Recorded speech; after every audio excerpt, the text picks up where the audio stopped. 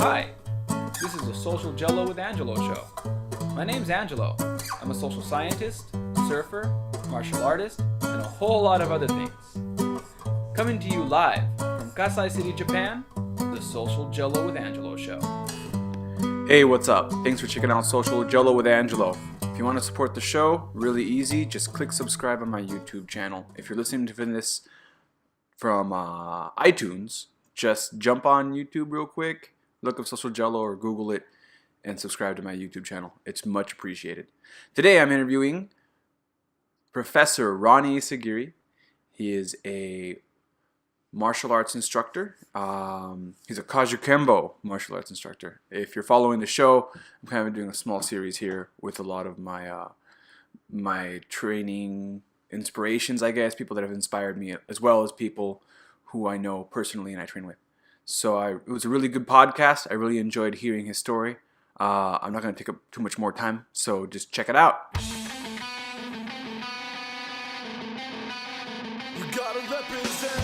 So what's up, man? Thanks for being on the show. Thanks for having me. Anytime. For some of my listeners out there, as I already introduced our guest today, and just another quick note that I did not mention in the introduction is that Ronnie Isaguirre is actually the first person who formally taught me martial arts. So he's actually my martial arts instructor on top of that. All the other cool stuff that I mentioned earlier. But either way, brother, like I told you, we've been kind of reformatting the show. I'm trying to focus a little more on martial arts and sharing people's journeys. So I guess just to kind of start off the show, what got you into martial arts? I don't know if I ever told you the story.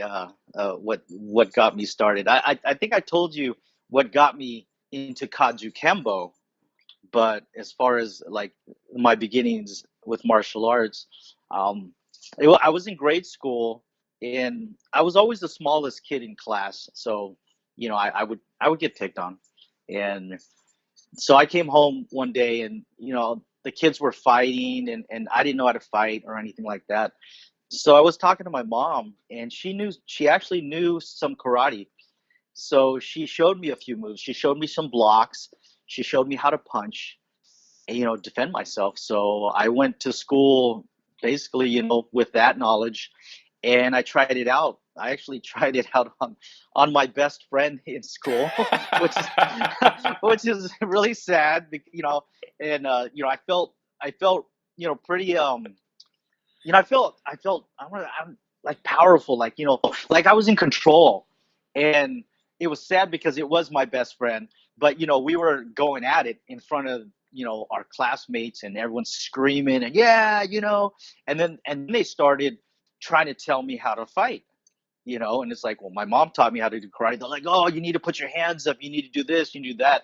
And I'm like, no, this is my blocking arm and this is my punching arm. And, I stuck with exactly what my mom told me and fought my friend. And he was mad at me. And then after school, I went and apologized and we were cool. So that was my first exposure with martial arts. And I actually got hands-on using it in not really a good way. I would say, if it was my student, you always tell your students, well, this is for self-defense. I don't want you using it. And, I went to school and it kind of was self-defense, but it kind of wasn't because I knew, every day I'd get picked on it. And I knew I was going to get no fight. So, it's kind of, 50-50. But that was my first exposure to martial arts was my mom, Your mom and beating up your friend. And beating up my best friend. Yep. I had to prove myself to everybody. So, well, I think it's interesting because like I've interviewed. Well, I haven't formally interviewed that many martial artists. But, in my past, I've trained with so many people, and when you ask that question, like, what got you into martial arts, there is a really common narrative of bullying. Bullying is one of the biggest things. Like a lot of people come from a background of being bullied, and that makes them want to learn how to fight, and then they end up finding themselves through that.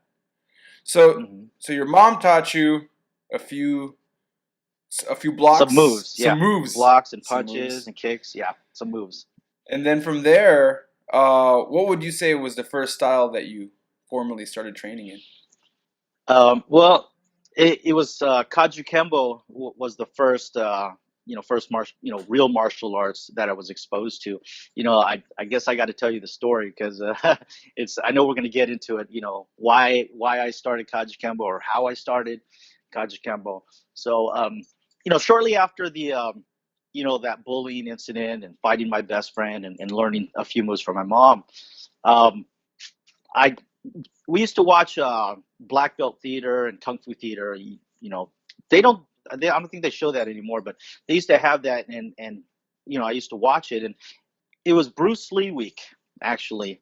So they were showing all the classics, Bruce Lee, and then the imitation Bruce Lee movies. I recall, gosh, what was that? Exit the Dragon, Enter the Tiger. There are a few others, but I was watching Bruce Lee week, and this I was 10 years old. I was just a little kid, and my sister came home and said, "Hey, do you want to learn some martial arts, some karate?" And I looked at her like, "What? What are you talking about?" And I was excited. I was jumping all over the furniture, whoa, kicking things, and she said that. And I looked at it, and she said, "Dad said we can do karate." And one thing about my dad is I never did any sports. He really wasn't supportive of any of that, and really any of the physical or just he was always working. He was a workaholic, or he was going to school. So we didn't either have time, or we just never did sports or organize. Or so when she said Dad said we can do karate, it was like a big deal. I'm like, okay. And plus it was Bruce Lee week. I wasn't gonna say no. you know so so her friend, it was her best friend and her family, which was Michelle Navalta, and their whole family, the Navalta family, Tony, Kathy, uh, Michael, that they were all in it. So we show up to the class, and it was on Miramar, at the Miramar swimming pool. They had like a rec room. It was a wrestling room, and we go in there, and I remember going in there just to watch. The first time I was going to try it out, and they were all there and stretching out together, and basically they had red T-shirts on, and black kung fu pants, or some people had full gis, but most of the kids were wearing the red T-shirts with the kung fu pants, and they were stretching out and doing all the punches and blocks. And then at the time, it was Sifu Alan Abad was teaching, and it's just the way he I don't know, when he walked in, it's like everyone was just like at attention, just focused, and you could see just the respect there. And he said something, and they followed, they did it. So we got in there, and we started training, and it was cool. And I was like, wow, this is better than watching those Bruce Lee movies, because this is real. And then, when I learned, oh, this is Kajukenbo, automatically I fell with it and said, you know what, this is the best martial arts in the world. Not even knowing, you know, what I was exposed to, because at the time I didn't know. I was a little kid. This is 1980, and we never heard of mixed martial arts, but apparently that was the first mixed martial art. That was founded on American soil right there, and I had the opportunity to learn at a young age. So, it was very common in class. He would put us in a horse stance, and he would just walk away, or he'd leave the room, or walk around the room punching us, testing our ki eyes. And just, it was hard training. It was really hard, but we loved it. And then his wife, at the time, she was Seabach Girly Abad. And when she came in, oh my God, she put the fear in us. It's like when she was teaching class, we were more afraid of her than we were of Sifu. For some reason, when she was teaching class, it was like she's gonna hit us, she's gonna yell at us. I don't know, it's just something. And but she was tough. I had the highest respect for both of them. But she was like at the time, the toughest woman that I knew. I was like, wow, she's tough, but I'm scared of her. But yeah, a lot of you know good instructors came out of that class. At the time at the Miramar base, and it was affordable. I can't remember what we paid, but in order for my dad to agree to let me to do something like that, it must have been really cheap. Maybe $5 a month. I don't know. Um, something inexpensive because Sifu Alan Abad, he wasn't about the money. He was about the teaching, the martial arts. And whenever he would go visit like a school, he would go up north or he'd visit a school, he would come back. And, oh man, he would just kick our ass. He would work us hard, because he'd see what people were working and come back and it's like, okay, we're going to work harder. You know, I'm not exactly sure what he was comparing because I was just a kid at the time. All I know is whenever he was gone for a while, he'd come back, class would be even harder, and we would work. I remember doing knuckle push-ups on the concrete was common, and it's funny because a lot of those things I adopted into my teaching, doing the knuckle push-ups. I wanted my kids to experience that. So I remember one time I made my oldest son Johnny do 100 knuckle push-ups on the concrete, and I said, okay, I remember doing knuckle push-ups. He's going to remember doing knuckle push-ups, and it's just call it family tradition. But yeah, that was my exposure, to real martial arts, Kajukenbo, and like I said at the time, I didn't know how lucky I was, to be doing the martial arts, and just through the years, you get older, you're not as active. I tried another class. I didn't like it.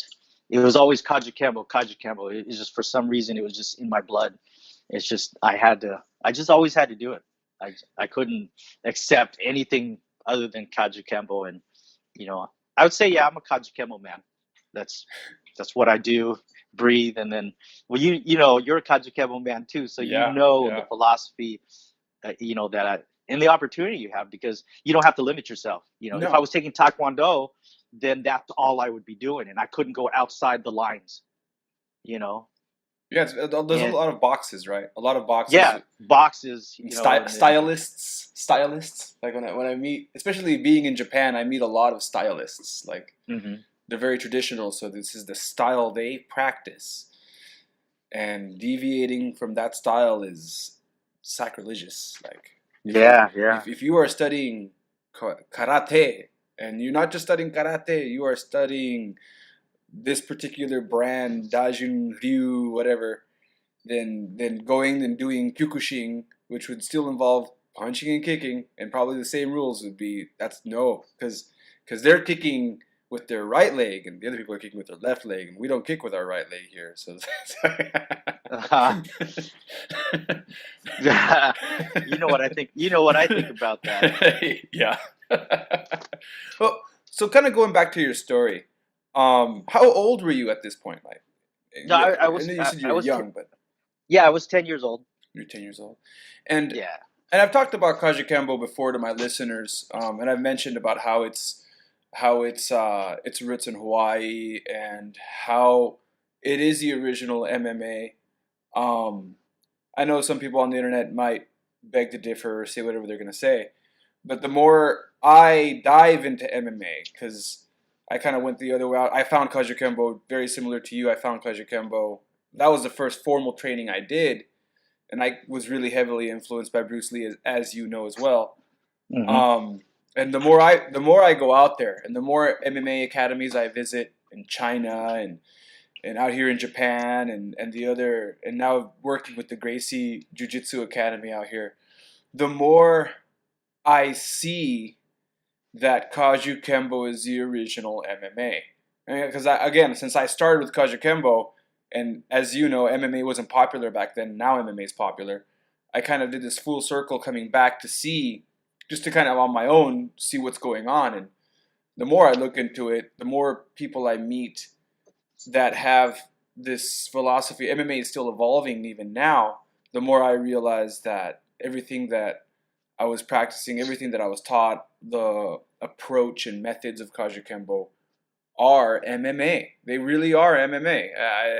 I don't know what to tell people that don't know about it or how to explain it to them, but all I want to say is if you train in any style and you're looking to get into MMA and you really do understand what MMA is supposed to be, the more MMA coaches I talk to and I tell them, hey, this is what I did, some of them have like an idea of what Kajukenbo is, but when I start talking about, like, we start training together, they're like, oh, hey, yeah, you do MMA. And I'm like, yeah, well, that's what this is what I've been doing for years, and the people I know have been doing for years. But Yeah. kind of bringing in that, if one thing I haven't really talked to my listeners about is who Shizu Alanabad is. I've mentioned him in a few stories here and there when I talk about Kajukenbo with some of the other people that I've had on this show. But if you wouldn't mind, just kind of, I guess, kind of talking about who he is and what he did, a little bit of his history, if you don't mind. Yeah. You know what I'd like to do. I don't want to give too much because what I hope and I think would be really cool is actually if you interviewed his daughter, Professor Angie Abad. If you could get her on the show, then you can get more in depth, about Shizu. I mean, I think that would be great. That would be But awesome. So you know, if I could, let me, I'm kind of segueing to yeah, that. yeah, because I know we got what only an hour, but there's so much that we can talk about because we haven't even touched on my sickness, my illness, Yeah, that's true. and That's that's true. going to take a while to. I'm sure when we dive into that, that's going to be That is. a long conversation. I guess But if you could just kind of essentially, talk about, I guess if you could just kind of mention, without going into a deep history of everything, because he's done a lot. If you can just kind of oh talk yeah, about yeah,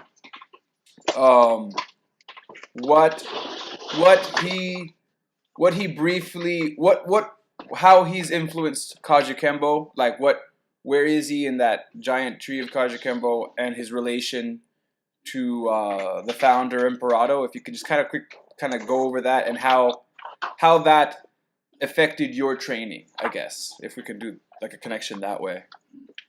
yeah. So as far as date and things like that, like how long he's known him, or the specifics of how he met, or how he knew Sijo. um, that'd be something you'd have to ask his family. They'd have more information. I was a student, but there's a lot of things that as a student, you don't think you have a limited amount of time to get that information. You know, but even when he was ill and we were getting together and putting together a MICA, which is a Box Martial Arts International Kajukenbo Association. We were brainstorming and talking about this and that, but there's so much history that I didn't get. It's in my book, but it goes deeper. Because he's trained since he was a kid. I mean, he was into boxing, kempo, kung fu. A lot of these different styles. But let me just give you, the just kind of a brief, of who he was to me. As far as he was my teacher. He founded a style of Kajukenbo, his style of Kajukenbo, which he called Hunga Kembo, and he was the founder. So we called him Shizu, and his two direct, I guess, if you want to say, lineages came from Sijo. He got the Kajukenbo, but then he also had a kung fu teacher. Sifu James E. Brow was his kung fu teacher, and he got all the kung fu, the hungar, the wushu, the tai chi. He got all that, and he basically, in the 80s, he brought wushu into his Kajukenbo and combined it. And I don't know at the time if other schools were doing it. I'm pretty sure there's a few schools out there, but you could see the difference between the Kajukenbo schools that incorporated the soft styles and the ones that did not. Because we still claim to be the Emperado method or the original method, but we mixed in more of the soft style to soften our movement, and he brought that in. When you watched him, they called it liquid fire. Just the way he moved, and you can look him up on YouTube and see how he moves. In fact, he's got um, some seminars that I actually put up for free because I didn't want anyone trying to profit off of him, and I got permission from the family to put it up. So I put it up for free, so you can watch the seminar and kind of get a how he teaches. Because I mean, it was just, I don't know how to explain it. It's different. He's Hawaiian. He's got the way they talk, just the culture. He brought the culture, and he was just as far as he was strong. He When he got sick from cancer, without treatment, they gave him a couple of months to live, and he lived for 2 years after that. Um, he had he was a father of 5 daughters. What else could I say? No, Say no, about him? yeah, He was just a great guy, and he was just my inspiration. And I'm as far as I'm concerned, in my mind, I considered him one of the greatest martial artists of all time. He brought the when you watch the Kajukenbo, as far as this is the knowledge, this is what I had heard, that originally when they would do takedowns, it was always one strike, one kill. Sijo, taught the old school, that one powerful killing strike. And Shizu brought in the repetitions and the rotations, and you could see it on YouTube. It's up there if you search up. But he would do all them combination strikes with the takedown, and that's really what he was known for, and people love to see that. When we get down, when we're doing the monkey line, we're doing our self defense.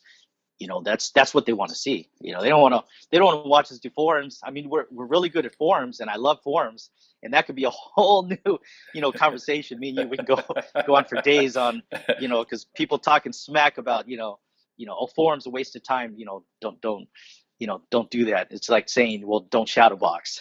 Don't practice your basics. yeah, But anyways, yeah. So he brought that. And everyone wanted it. That's like a piece. Everyone bringing something to the table. And like we talked about, Kajukenbo, it's limitless. People are constantly bringing things to the table, and it's one of those martial arts that you're not going to get scolded. Oh, well, why are you doing that? you know it's like, well, that's great. Can I use that or can I not use it? Okay, that's great, I can use it. All right, I'm going to teach my students that. yeah. um If it and works, he keep it, right? Yeah. And you I know you've been fortunate. You were there when he was having some of the one-on-one conversations with me. You were sitting right there when he would talk to me. And I don't know if you remember one of the things he said about exploring the different styles of Kajukenbo.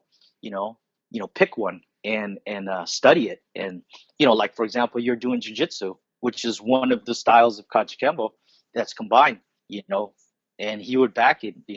Go. Some people go into the kung fu and dip. Well, I was lucky to do the wushu, the kung fu, just at the same time, to kind of explore, you know, these different styles. So I feel like it's just endless. It's just everything that I need is right here in front of me. I Yeah. don't have to. You know what I mean? Well, you like, And yeah, definitely. It's got the it's an acronym, but at the same time, like I said earlier, and a lot of people don't understand why I say it's MMA. And as I was saying, if you're listening to this and you don't study martial arts and you're still kind of wondering what it is, just to briefly explain, martial arts have different styles, and many people stick just to that one type of style. But Kajukenbo encourages their students, and like you said, I was lucky enough to be there and listen to Shizu talk about how if we want to get better at our Kajukenbo. And we always talked about our Kajukenbo, like how we grab all this knowledge and make it our own. And he encouraged us, like you said, he encouraged us to break down into that acronym of Ka for karate, Ju for judo and jujitsu, Ken for Kempo, and Wushu kung fu, and Bo for boxing, and pick one and really dive into it to make yourself to just really be a more fully rounded martial artist, right? Yeah, yeah. And I treat that all to Shizu Abad, just his philosophy, just his teaching, and well, you like I said, you were there, so it's hard to put into words, about him. And I mean, I got a book I could read, line for line, when he started it. It said he started it when he was 8 years old, and it doesn't do justice to me reading from the book. That's why I say, you know what, let's see if we can't get his daughter, one of his daughters on the show, and then you can hear from them in their own words. I think that would be great. Yeah, And I'm in gonna. fact, I reach out, and then I'll, if you need my help reaching out, I think it's a great opportunity, you know, to get at least one of the daughters, or maybe a couple of the daughters on the show, because they have different perceptions of things, and they've all trained. It's interesting because you see, one daughter. If you look at Angie Abad, and when I see her, she kind of reminds me of the old school days, the hard style of Kajukenbo, like that we used to train. And then when I look at the other daughter, when I look at Dolly, Dolly's got more of the kung fu or the softer side. She's got it, like more current, because she was continued training with the kung fu side, because Angie's the older daughter, the oldest daughter. So she was off going to school or working, and you know what I mean. So she wasn't. You couldn't be. I'm just using my thought process that when you're away at college, you're not going to be there training with your dad all the time.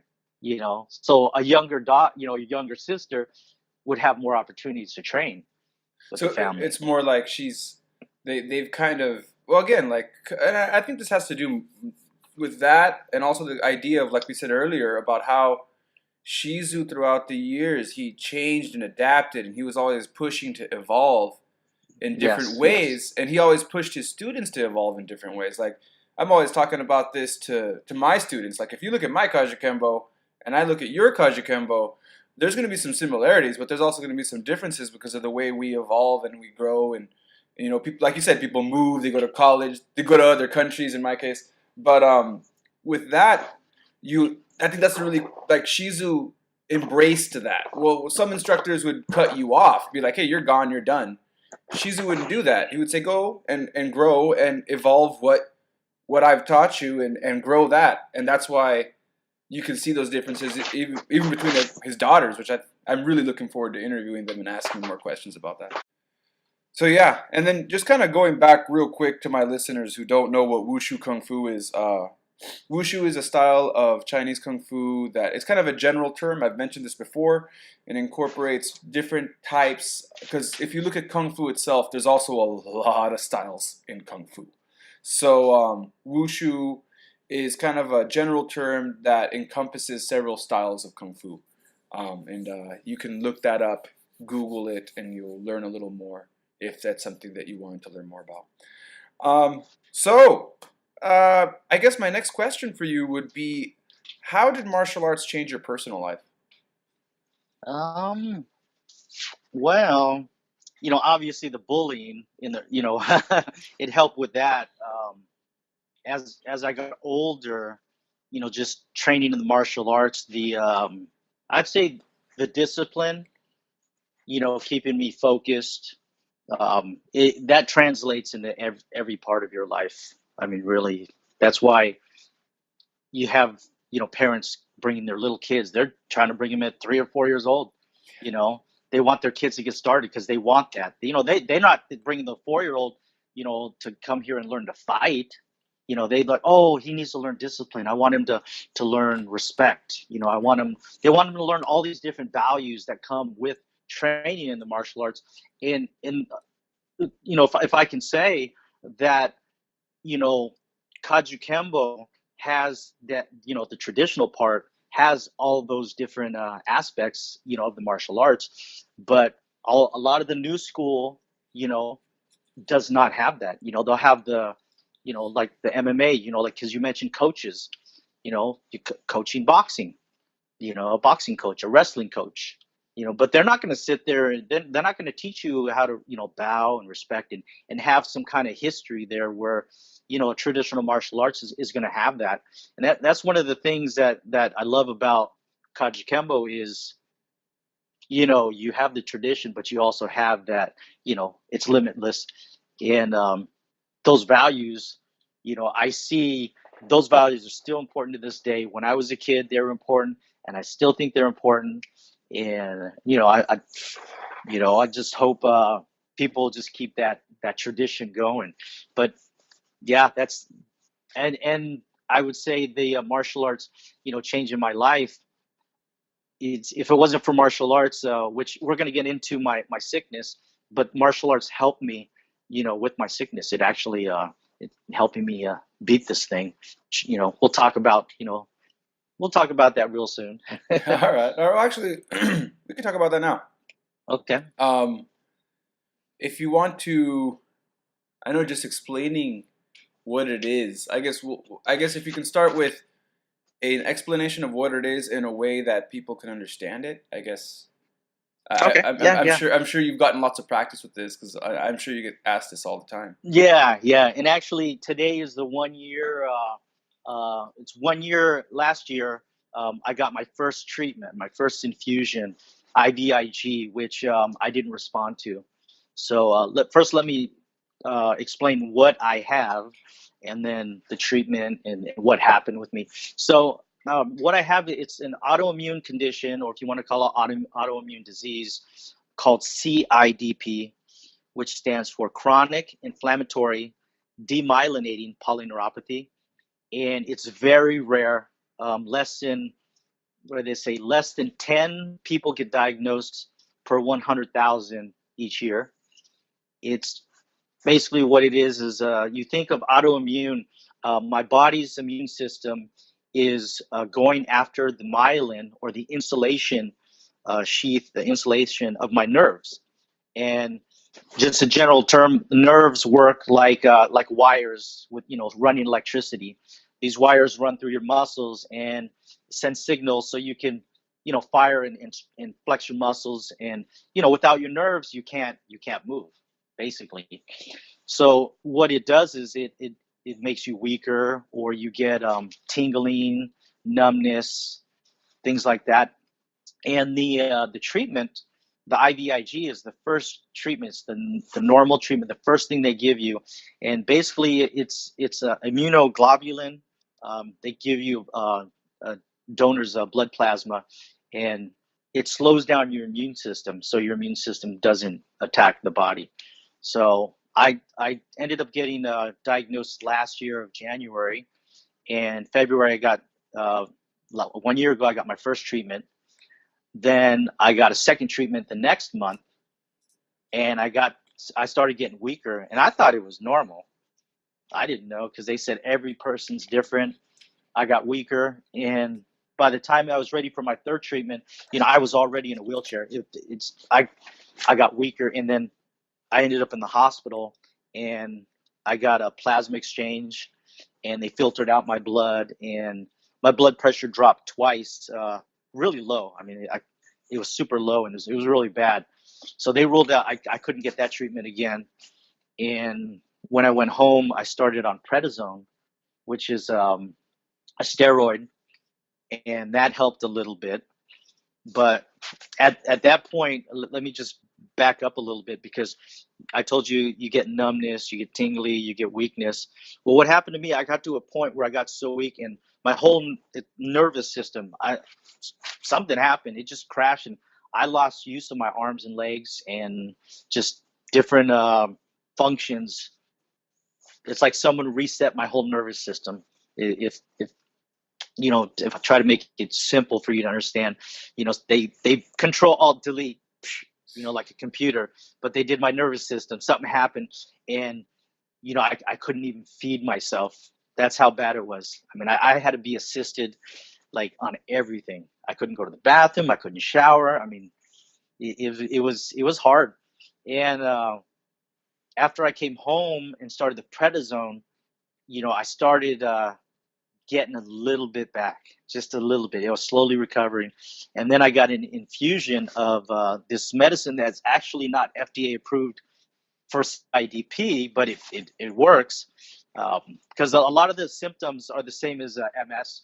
So I'm actually getting the MS protocol with the Rituxan, and I get it every 6 months. And once I got the treatment, all of a sudden my strength like started coming back, and I just started progressing, faster and faster. So now I was in a wheelchair all year and just working on standing, and then next we're using a walker, and then I'm getting crutches, and now I'm still using crutches, but I got my balance back. I don't know if you've seen the videos of me dancing, but I got to the point where I took a few steps. I lifted my crutches up, took a few steps. I did 3 laps around the rec room, and then another night I started doing like a top rock, one of the breakdance top rock with my crutches up in the air. So I was balancing, pretty good. So I'm getting the balance back, and we expect a full recovery. So I'm just building it up. The nerves are healing, and then I'm building up my strength, going through physical therapy and all that. But it is so rare. My physical therapist, my occupational therapist, they have never had a patient with my condition. My obviously my neurologist has had a few patients, not a lot, but she's had a few patients. So it's rare, and we're hoping it's going to go into remission with the Rituxan. That's the idea.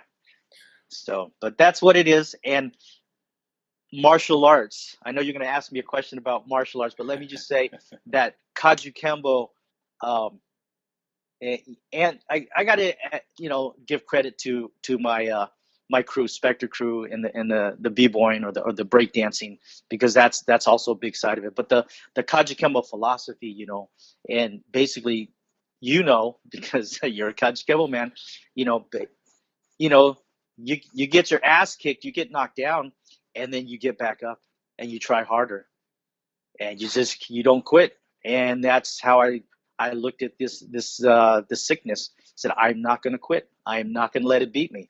I'm just going to keep moving forward. I'm going to take the punches. I'm going to take the kicks. I'm going to get knocked down. I'm going to pick myself up. I decide what my recovery is going to be. Not these therapists, not the doctor, because you go to the doctor and the therapist, and they're trying to give me this. Well, we can't guarantee that you're going to get better, and we don't know what percentage. And I stopped them right there. I said, well, hold on a second. Okay, you can't guarantee. Let me guarantee you that I'm going to do whatever it takes to have a full recovery, and I will have a full recovery.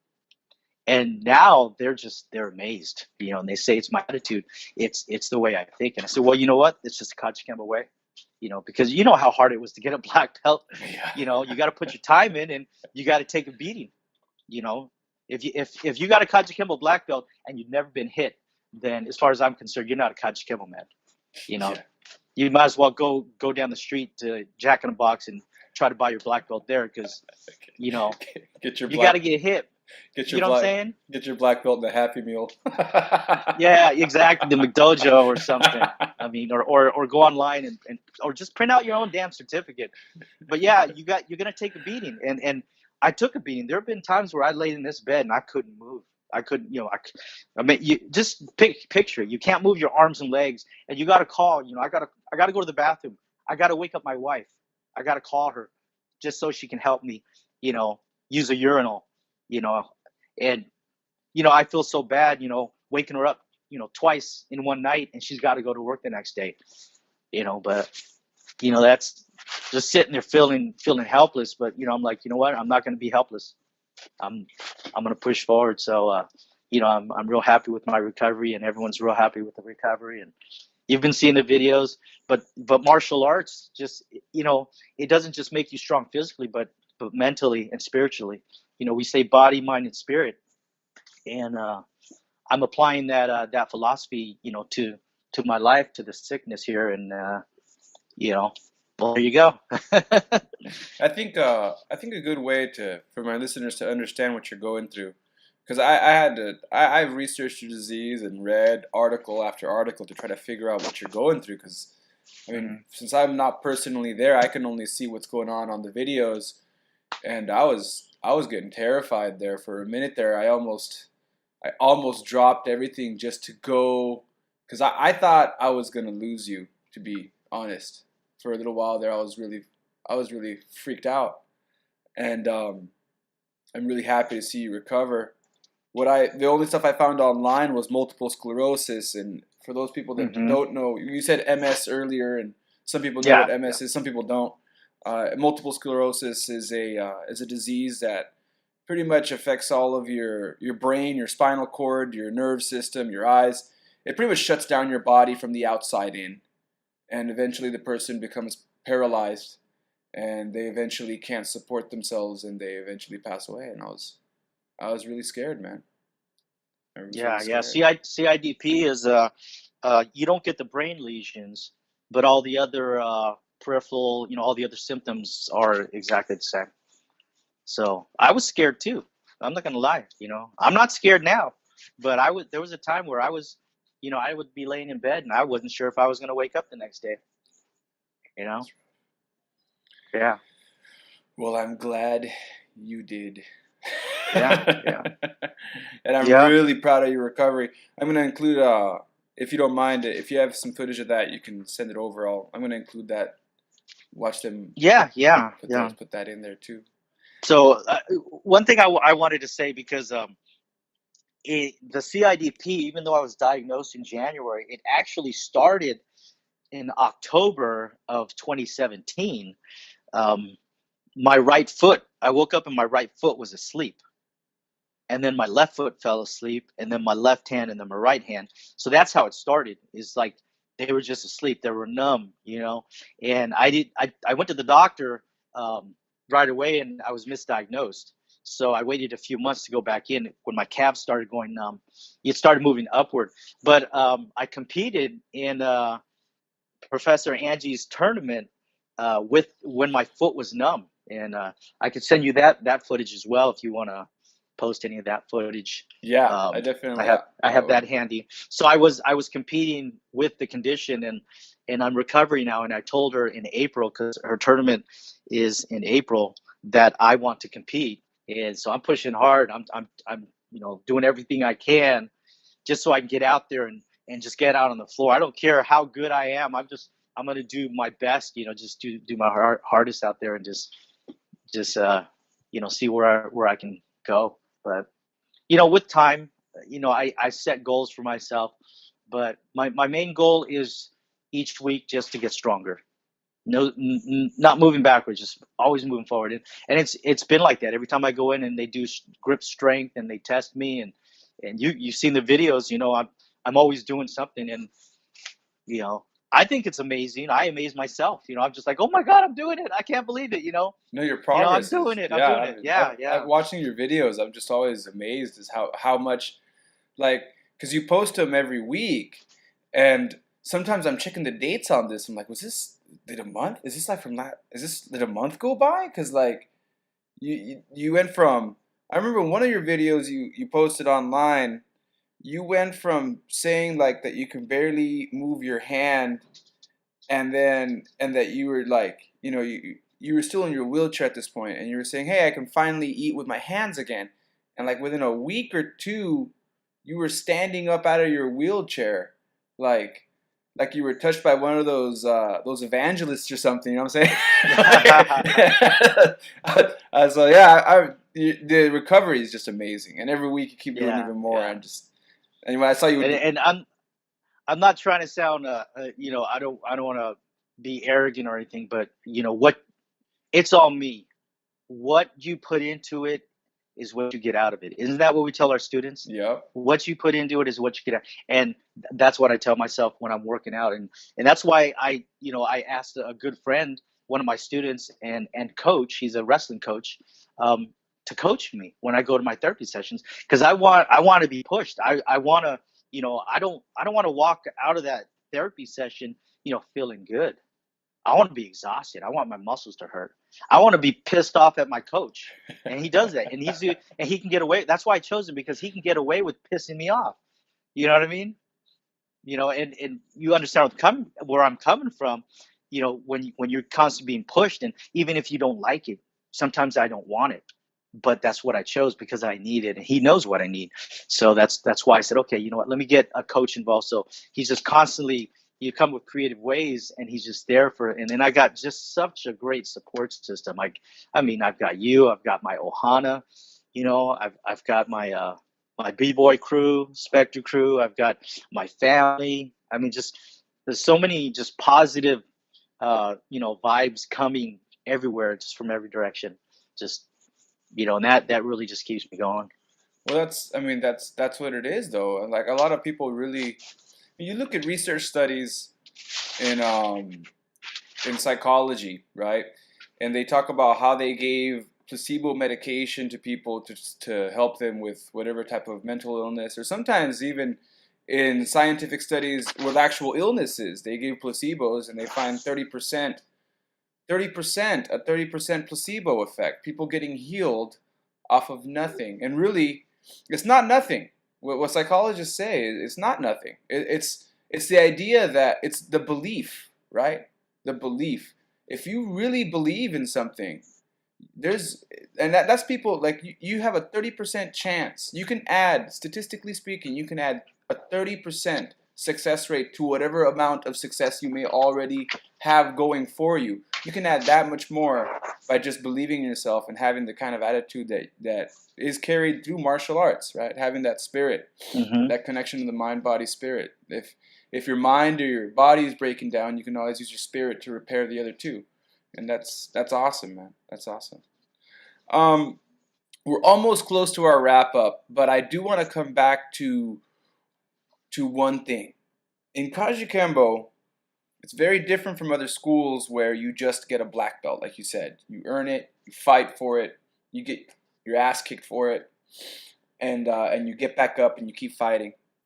But another thing that's really different from other styles is some places, or a lot of places, I should say, you get your black belt, or if you're not talking about traditional martial arts, you work you go to a boxing or wrestling background or MMA background. You go out there, you start your amateur or pro career, and then you finish, and you're done. Like once you get to that point, you compete and you get whatever you wanted out of it, and then you're done, and then you go home, and it's something that you talk about to your grandkids.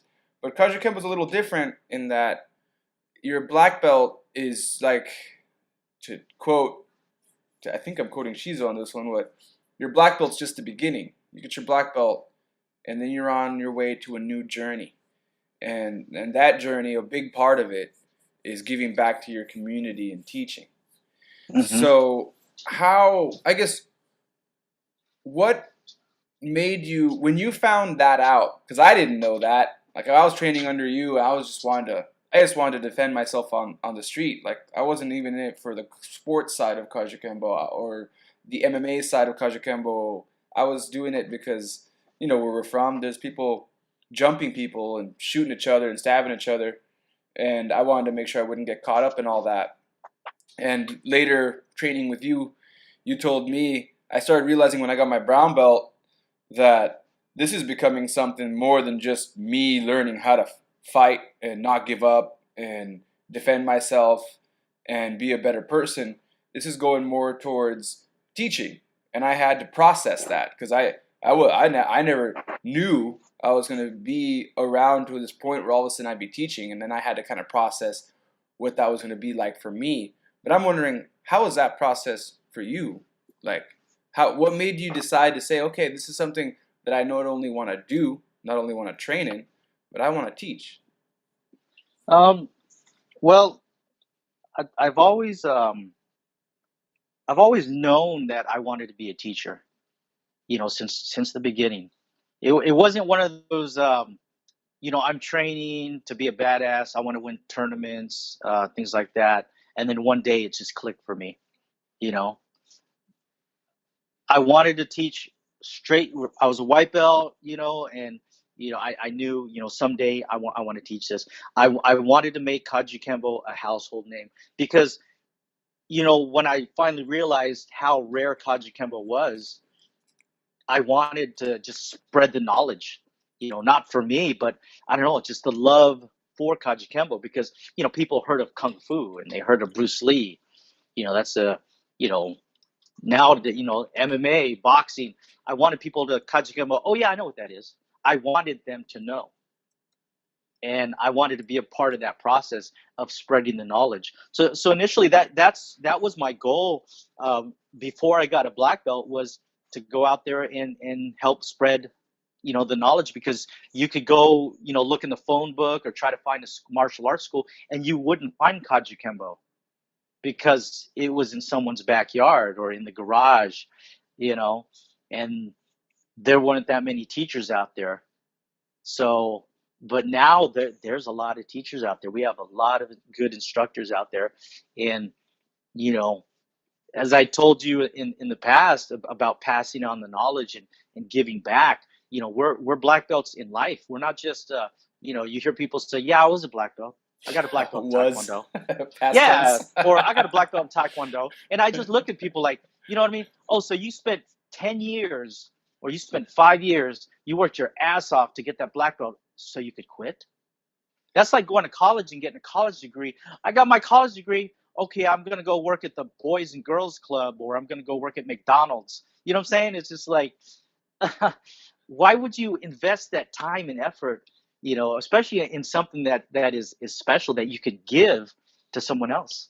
Even if it's just one person. I've got a lot of black belts. If you looked at my tree, you're a part of an expanding tree. But some of my black belt students have big schools. And if you look at my very first student, which is Sifu Simon Taylor, he has only one student. He's had a bunch of students, but he's got that one student, that his first student, his dedicated student. So it's just, as long as you're passing the knowledge, as long as you're giving back, and for him, I mean, I can go into another story with him, but it helped him get through college. That's how powerful martial arts in general is. Just it helped him give direction. He said I saved his life and got him in school, and he became a physical therapist, and it's just awesome. And he trains in all these different styles. He'll go train in this style. I said go for it. Do it. You had Sifu Francisco on your show just the last time, and when he's under me now, he'll ask me questions, and I give him my blessing if it's great ideas. He'll be like, Professor, I have this idea. I was thinking I could do this or I can do this, and my answer is yes. Yes.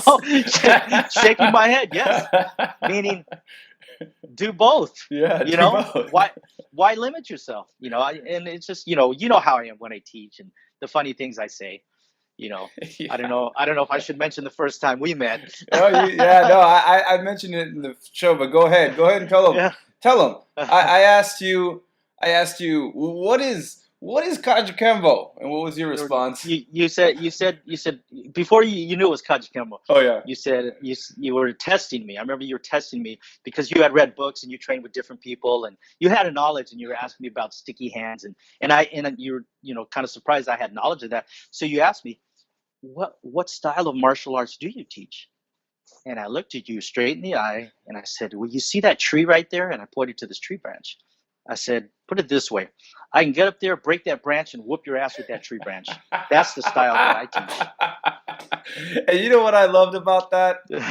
What I loved about that is at that point I met I went to a lot of different dojos. I was a dojo hopper. I'd go in and do the trial week and try to get people to spar. And if I didn't see any contact, if I didn't see these people, if I saw it to be illegit, like if they said something like no punching to the face or any type of rules that I didn't feel were going to help me for my situation of dealing with gang violence, I just walk out of there and never come back.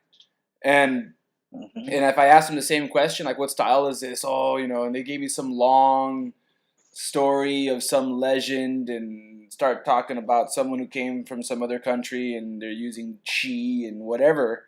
magical, whimsical wizardry, um, yeah, they'd lose me. They'd lose me. I already left one place that took $2,000 from me, and I already fell for that once, and I wasn't gonna fall for it again. And you were the first person who just kind of broke it down in real terms. And then you followed that with, hey, we have fight nights every Friday. You want to come over here and try it out? Come on in. You can fight my. I have big guys. I have small guys. I have fast guys. I have strong guys. You come in and you can come and spar. You can see what it is. And Yeah. that's what I Do loved you about remember though? Do you it. remember when I said that to you about the tree branch? Sifu Mike was right there next to me, Yeah, and yeah. and he nodded his He head. just nodded He his head. nodded his head. Yeah, and like just to mention, like Sifu Mike's is really big guy. He's about 6'3" or so. So it was very validating. Like you said, you're not a really big guy, right? And you're sitting here, and you're like, this is one of my students. I'm like, man, he's Yeah, huge, yeah, and he's sitting there like, yep, and I'm like, oh wow, like he not only is he saying that, I really do feel that if I push this guy, I am gonna get my ass kicked with a tree branch. I should probably watch my mouth. yeah. But yeah, that's awesome. That really brings me back. Yeah, yeah, back in the day, but yeah, just to go back to what we were talking about. I know we went off subject. Just teaching. I really enjoy teaching. I still teach, even though I can't physically do all the moves. Each time I'm teaching my students, I'm doing more and more. But when I couldn't move, I was still teaching from my wheelchair. And that's what's nice about just doing martial arts and training, to the point where it's just part of you. It's second nature. I could teach from my wheelchair. I don't have to go out there and do all the moves to teach. And I don't think just anyone can teach from a wheelchair. You know, No, no, try doing it. Sit in the chair and teach boxing. Some people are good. Really good, great coaches, but unless you have experience, you're because you want to get out there. I mean, there's times I want to get out there and I want to move. And I told my especially the new students, I said, you think you're having fun now? I said, just wait till I'm up and moving because I'm a fun teacher. I enjoy it. I get involved. I'm very physical. You know, so, but that's it. I just love teaching. I love every aspect. I'm not just, people pick one part of the martial art they want to do. Oh, I want to fight. Oh, I want to do self-defense. Oh, I want to compete. I want to do it all. I just whatever I can do and whatever I can do to give back. Well, brother, we are getting close to the wrap up, but I guess before we kind of get things finished up here, what's a message that you would have for anyone who's interested in training in martial arts? Message. I guess my message would be when you go out, because it's got to be confusing when you want to do MMA and you have all these different coaches, boxing coach and uh, Muay Thai coach and coach and a coach and a coach and a coach. I'd say if you're just getting started, or even if you want to try a different style, it's going to start with your teacher. Find a good teacher.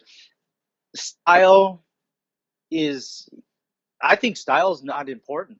I think what's important is that you find a good teacher, you find a good human being that you click with, that you connect with, because you think about it. If you have a teacher and you hate his guts, you hate his, how are you going to learn from that person? Maybe you might learn something for a short term, but as far as long term and having a healthy relationship, and like in Kajukenbo, we're Ohana. My students, I see them as my family. You know, not dojo jumpers. Dojo jumpers don't have that mentality. But don't be a dojo jumper. Check out different dojos, check out different styles. But in the end, it's gonna really, what matters is finding a good human being, a good person, to pass the knowledge. And when you start something, try to complete it. I recommend people to pick a martial arts, get your black belt, because that is the beginning of your journey, and then venture out and go, dabble with all these styles, because you'll get your basics. You want to get your basics. That's important. I can't imagine starting over and trying to have 4 or 5 different coaches. It'd be too confusing. But that's my message. Find a good person, find a good teacher, and think about it. If you have a good teacher, he's going to be loyal to you. You're going to be loyal to him or her, and it's going to last you a lifetime. So that's my message. That's a good message, man. That's a great message. Well, brother, what do you have? What's going on now? What do you want? What's going on in your? I guess I'm sure you have a Facebook page and you have some events coming up. What's going on right now? What's coming up? Well, I'm just building. Let me just say that my work. I work at Home Depot. I'm on LOA right now. They've approved an extension of my LOA, so I have more time, so that I can heal more, and I get to keep my position, and keep my my years at Home Depot, because I have 18 years with the company, and I was worried that my 1 year mark was coming up, and they terminate at 1 year, and I would lose my 18 years, and if I go back, I'd have to start over, and as a new employee and all that stuff. But they came through. They really supported me on that, and so I got 6 months extension, and I'm just going to focus on getting stronger. So obviously I want to go back to work. This year is actually my 10-year anniversary with Spectre Crew. I'm planning on having a big event this year for our 10-year anniversary, and that's a big deal, because 10 years ago my kids asked me to start teaching them breakdancing, and it turned into bringing back the old crew. And as you know, Angelo, you and I had been battling each other years before that, even before the kids were learning. You remember, for years and years and years, we'd go in my backyard and dance battle each other, and it turned into something. And it's been 10 years, so we're going to celebrate that. But that was something that we started 10 years ago, and originally I started dancing in 1982. So it's been a long journey, and it's a part of my life, and I just want to throw it out there. And as far as what my goals are, just the martial arts. Just actually, I am going to do some free workshops to give back to the community. It's going to be non-contact, giving more of the basics and exercising, physical aspects, and fitness. That's as soon as I recover and I can physically move around and teach. That's one of the things I'm going to do is have a free community program that I'm just going to do for free. Like I did the B-boy sessions at the rec center for free. I want to do something for the community, and I'm going to be giving that back. So anyone who's interested in, just dabbling in the martial arts, or they just want to get a good workout or work on the basics, I'm going to offer that for free. So that's what I'm going to be doing. And yeah, that's it. That's as far as this year. Next year, I'll be 50 years old next year. Next year, I plan on just competing, just because I lost a year. I want to come back even stronger, start competing martial arts, whatever I can do. Like I said, I don't want to limit myself, but I'm going to explore, my options, what I can do. And then I also want to enter some of them B-boy, some of those breakdance battles. I want to be like one of the oldest guys out there, just competing and battling. But, I don't want to just be out there. I want to be good. I'm going to be training really hard for everything. And it's still only going to make me stronger. That's the way I see it. Just keep physical and doing all the things I love to do. Go fishing, go hiking, just have fun. That's awesome. Yeah. So, well, real quick, that anniversary, when and where is that? And that's to be determined. Oh, okay. I haven't picked a venue yet, but I can give a few details. It is going to be a 5v5 or a 5-on-5 crew battle, and I'm definitely going to have the crew battles because it's called Return of the Crew. We've been doing Return of the Crew for 10 years, and that'll be around March or. I'm thinking more in the summertime. I want it to be warm, cool. So okay, it'll be summer. I'm just checking because I'm recording now, but this podcast isn't coming out till March. That's what. Okay. So cool. Yeah. So summer. Yeah. So summertime. All right. Cool. And that's and for my listeners, that's in San Diego, California. San Diego. Yeah. It's gonna be San Diego, California, and that's the big thing that I got planned. I want to have a nice venue. I'm not sure if I want to do the park thing because usually we'll do the park. We do the free barbecue. You know how I do the spread. Yeah. I'm always doing this free stuff for the community. It's like I can use that for free, or if I get a nice venue, but then people will have to pay.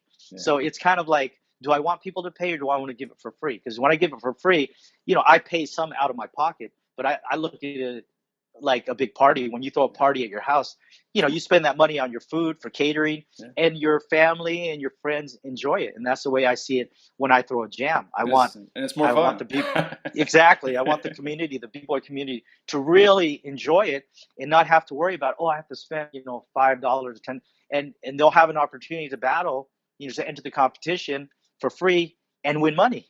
It's just, but I want to do something special this year. I don't want to give too much information. It is going to be fun though. It's going to be special. So that's cool. Well, that's what we're going to do. You heard it here first, folks. It's going to come up in summer. Keep an eye out in the episode notes or in the description on YouTube. You can jump in, and I'm going to have a link to the Beat Boy crew and another link to the Kajukenbo program, so you can keep an eye out on events that Professor Ronnie Isaguirre has coming up. Well, brother, I want to thank you so much for taking your time. I promised you I would keep it within an hour because I know you got some breakdancing to do, and the crew's coming right over to practice. Yeah. They keep blowing up my phone right now. They're calling me because I think they're on their way. So I'm gonna let you get to that. But again, thank you so much for being on the show. Yeah, thanks for having me. And we'll definitely keep in touch. Right. All right. Well, for my listeners, stay tuned for the wrap up of the show and for some events I got coming up myself. Hey, thanks for watching Social Gelo with Angelo. I said watching, not listening, so for my podcast listeners, I really appreciate you checking out the show. Go to www.socialgelo.com to learn more about how you can support the show. I'm on all the other social media outlets, and my website has connections to all of them.